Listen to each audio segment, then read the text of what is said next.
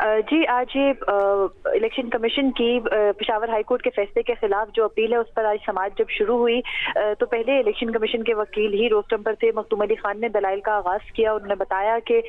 जो पाकिस्तान तहरीक इंसाफ का आइन है उस पर अमल करके इंटर पार्टी इलेक्शन नहीं कराए गए और इसीलिए इलेक्शन कमीशन ने उनका इंतखाबी निशान से मुतालिक जो है वो फैसला दिया था और पेशावर हाई कोर्ट में पहले फैसला मुअत्तल हुआ। बाद में पेशावर हाई कोर्ट ने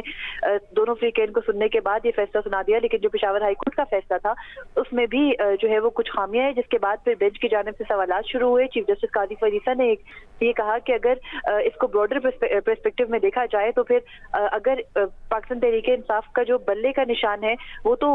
इस कॉन्सिक्वेंस में कि उन्होंने इंटर पार्टी इलेक्शन ठीक नहीं कराए थे उनसे छिन गया। मेन जो चीज है वो इंटर पार्टी इलेक्शन की है। बेंच की जानिब से इंटर पार्टी इलेक्शन से मुतालिक मुतअद्दिद सवालात किए गए। ये भी पूछा गया कि पाकिस्तान तहरीक इंसाफ ने पेशावर के भी एक नवाही इलाके चंपनी को क्यों चूज किया इंटर पार्टी इलेक्शन के वेन्यू के तौर पर। तो उसमें ये बताया पाकिस्तान तहरीक इंसाफ के वकला ने कि उनको वहां पर सिक्योरिटी का मसला नहीं था और इसलिए उन्होंने वहां पर जाके इंतखाबात कराए। बहरहाल इलेक्शन कमीशन के वकील ने ये कहा कि पाकिस्तान तहरीक इंसाफ ने जो इंटर पार्टी इलेक्शन कराने के अज्जा थे वो पूरे नहीं किए और चीफ जस्टिस काजी फरीसा ने फिर ये कहा कि ये बताएं कि जो मौजूदा हालात हैं इनके अंदर जो हमारा मकसद है वो सिर्फ इंतखाबात का इनकाद है। तो अगर ये साबित हो जाता है कि पाकिस्तान तहरीक इंसाफ के जो इंटर पार्टी इलेक्शन थे वो दुरुस्त है तो फिर बल्ले के निशान वाला तो मसला ही नहीं रहेगा। उसके अलावा चीफ जस्टिस ने ये भी जो है वो कहा कि चीफ जस्टिस ने ये भी कहा कि तमाम जो सियासी जमातें हैं उनके साथ यही इलेक्शन कमीशन का सलूक होता है या पाकिस्तान तहरीक इंसाफ के साथ कोई इम्तियाजी सलूक बरता जा रहा है, जिस पर मखदूम अली खान ने ये बताया कि वो तमाम सियासी जमातों के साथ यही सलूक करते हैं। चीफ जस्टिस ने ये भी पूछा कि उनकी नजर में बुनियादी सवाल तो ये है कि क्या पाकिस्तान तहरीक इंसाफ के साथ इलेक्शन कमीशन का रवैया हमेशा से यही है या फिर अब इलेक्शन कमीशन का रवैया पाकिस्तान तहरीक इंसाफ से बदल गया है। जिस पर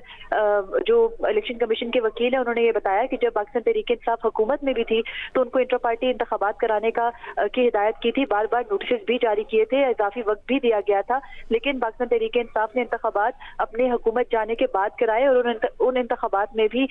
जो अज्जा थे उनके आइन के मुताबिक पाकिस्तान तहरीक इंसाफ के वो मुकम्मल नहीं किए गए। फिर इलेक्शन कमीशन ने दोबारा इंतखाबात कराने का कहा, दोबारा इंतखाबात भी इलेक्शन कमीशन को नोटिफाई कराए बगैर करा दिए गए। उन्होंने कहा कि फिर इलेक्शन कमीशन ने नोटिस दिया, इलेक्शन कमीशन के सामने दोबारा से जो समांतर रखे गए फैक्ट्स तो वो मुकम्मल नहीं थे, नामुकम्मल फैक्ट्स के ऊपर इलेक्शन कमीशन ने इंटर पार्टी इंतखाबात को जो है वो गैर आईनी एक्ट के मुताबिक करार दिया। उसके अलावा आज की समाअत के दौरान अकबर बाबर के वकील भी जो है वो अदालत में पेश हुए। उन्होंने कहा कि उनको पता ही नहीं चला कि पेशावर हाईकोर्ट में ये प्रोसीडिंग चल रही।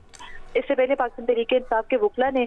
जो इलेक्शन कमीशन की अपील है उसमें हक के दावा का सवाल भी उठाया था और फिर उन्होंने अपने दलाइल पेश किया। कल सुबह 10 बजे सुना जाएगा पाकिस्तान तहरीक इंसाफ के वकला को। बहुत शुक्रिया मरियम नवाज, तफसीलात बता रही थी।